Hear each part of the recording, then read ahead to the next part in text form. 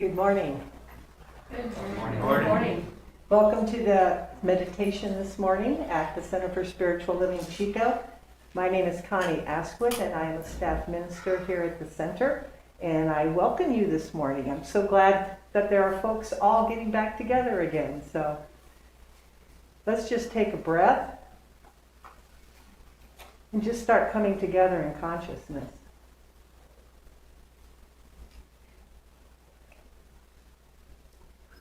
I wanted to say a few words about the story of the Chinese farmer. You know, those of us who've been around a bit, we always just say, yeah, remember the Chinese farmer. But some of you may not know the story of the Chinese farmer, and I just thought it might be good to do it and let everybody know what the whole story is, because it seems like no matter what's coming up for me, this story is the one that keeps anchoring me. So,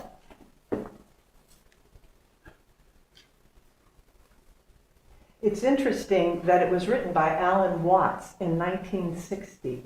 It is not an old Chinese metaphor or parable. He was doing some lectures and he came up with a story in order to express a point he was trying to make. So here's the story of the Chinese farmer. Once upon a time, there was a Chinese farmer whose horse ran away. That evening, all of his neighbors came around to commiserate. They said, "We are so sorry to hear that your horses have run away. This is most unfortunate." The farmer said, "Maybe." The next day, the horse came back bringing 7 wild horses with it. And in the evening, everybody came back and said, "Oh, isn't that lucky? What a great turn of events. You now have 8 horses." The farmer again said, "Maybe." The following day, his son tried to break one of the horses, and while riding it, he was thrown and broke his leg. The neighbors then said, "Oh dear, that's too bad." And the farmer responded, "Maybe."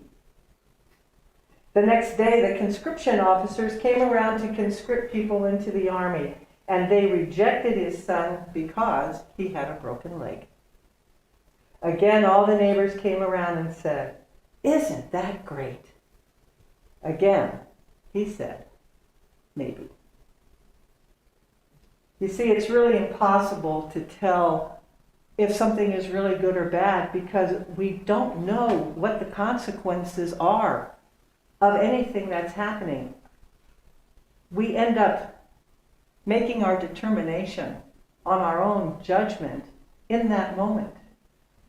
And so this parable is our call, that when we are starting to feel that we're in a judgment of ain't it awful, and we have a lot of reasons right now to kind of go there, that when you start getting that feeling of overwhelm or fear, it's the call that you're interjecting your perception into, your judgment into the situation. And perhaps it's a call for a little patience, a little bigger perspective, and especially for our community, to remember that God is all there is.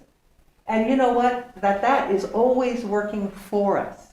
That source is always on our side, always moving us to the next best experience, always lifting us and elevating us to our greatest experience. So judging it midway is really the call to remember the truth of who you are. And the best way to do that is in meditation. So that's what we're going to do this morning. We're going to take some time to turn away from all those experiences, all those conditions that we're rather inundated with, and to take this time to turn within and remember who we are, and that all is well, because all is God. So let's take a moment, take a few nice deep breaths.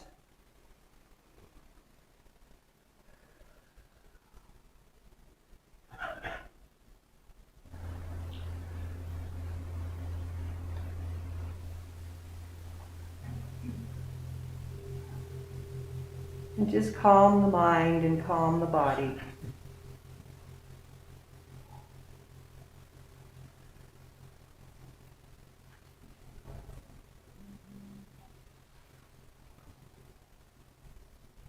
We're here to lay aside all that we came in with and to take these special moments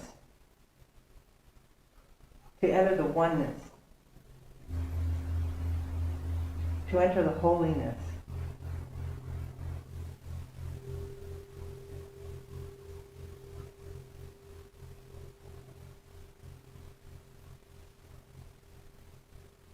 Let your shoulders drop, the jaw relax, forehead soften.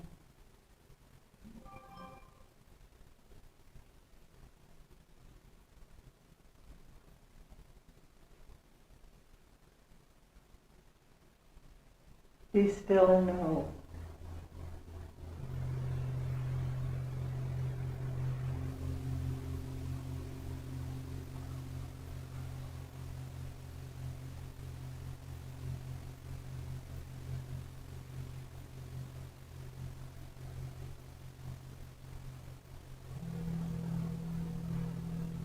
We'll take the next few moments just to be in this silence. And I'll ring the chime when it's time to return to the room.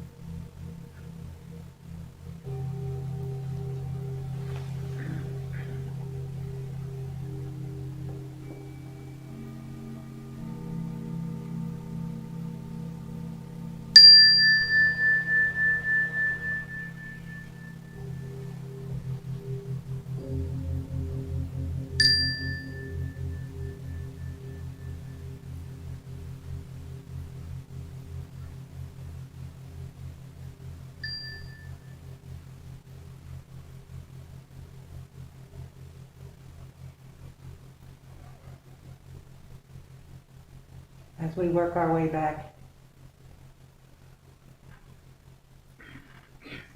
we know the truth, that God is all there is, that all is good and all is well.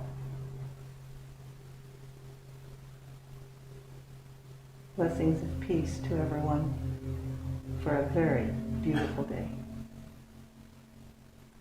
This ends our meditation service, and in 15 minutes, Reverend Kathy Fernandez will be delivering us our celebration message. So sit tight, stay where you are, and we'll see you back shortly.